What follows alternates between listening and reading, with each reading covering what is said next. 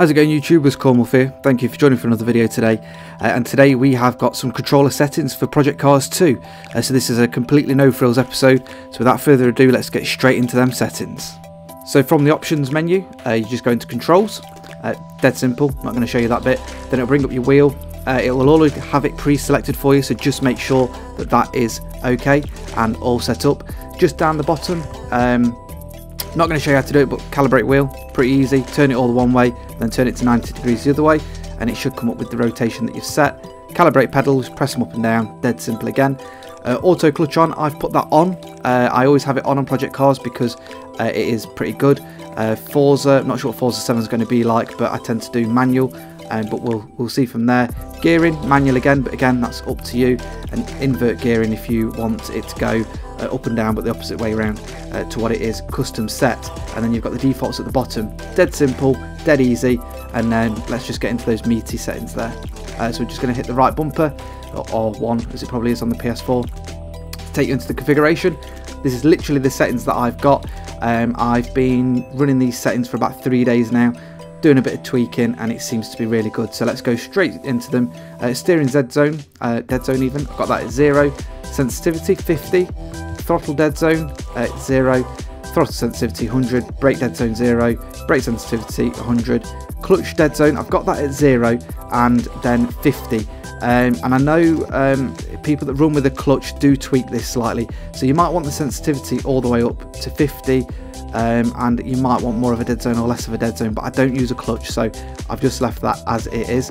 And the speed sensitivity, again, I've left that at 0 for now. Damp saturation is at 0, controller dampening at 0, controller vibration is at 50, but we're talking about a wheel and not a controller, so I don't think this affects this. Manual shift time, I've left that at 0.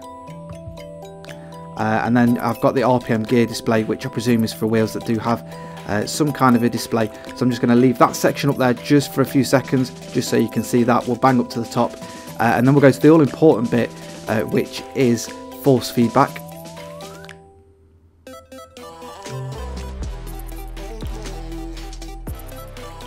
Okay, so on the force feedback, the flavour I've done is raw. So that's literally unfiltered, unchanged, everything.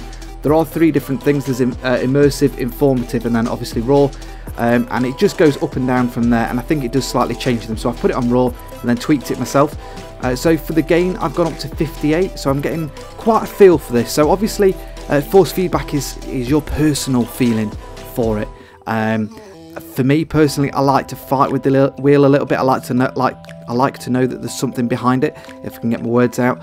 Some people like it a little bit limper, so you can move it more, whereas I like to fight with the car a little bit. I like to know I'm on that edge, so that's why I've got that at 50. The volume at 58, sorry. The volume I've got at 50. The tone I've got set at 60, just again to get a bit more of a feel for the car on the tarmac, on the rumble strips and things like that. The FX, I've got that at 55, and then the menu spring strength, I've taken that off, because basically when you press pause on the game, you could be in a menu setting or something like that. When you go to hit back to go back to the pits, or you go and grab a coffee if you're on single player, it will snatch it back to that central point, and boy does it snatch it back. So just be careful on that one.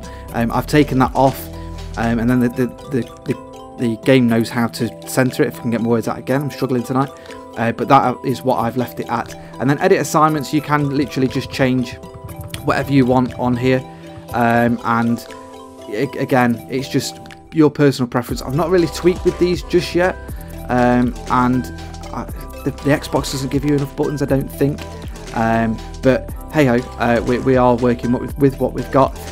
So yeah, I've just left that as it is.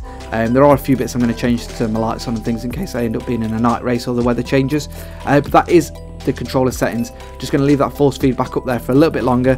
The video is as simple as it is. I need to slow down my speech because I'm messing up far too much. But anyway, that's the force feedback, the controller settings. That's all you should need. I might do a version 2 of this if I feel like I dial it in a little bit more after playing with the game for a bit longer. But that is all we've got for this. Dead simple, dead straightforward. I'll leave you at that. A nice quick 5-minute or so video. I appreciate any comments in below if there's anything you think that might be amiss, but again, it is all personal preference. This is on the Xbox One, so if any PS4 players or PC players out there are giving it a go, let people know in the comments below if these do work on those consoles and the PC, just so other people can know. I think it's fairly generic. I think that the settings are as they are, but bang the comment below. Throw this a like if you're liking it, and if you're not a subscriber, subscribe, because I'll have more of these videos coming out, and plus for Forza 7 as well. So until next time, guys, leave you this nice and short and sweet video. I'll see you on the next one.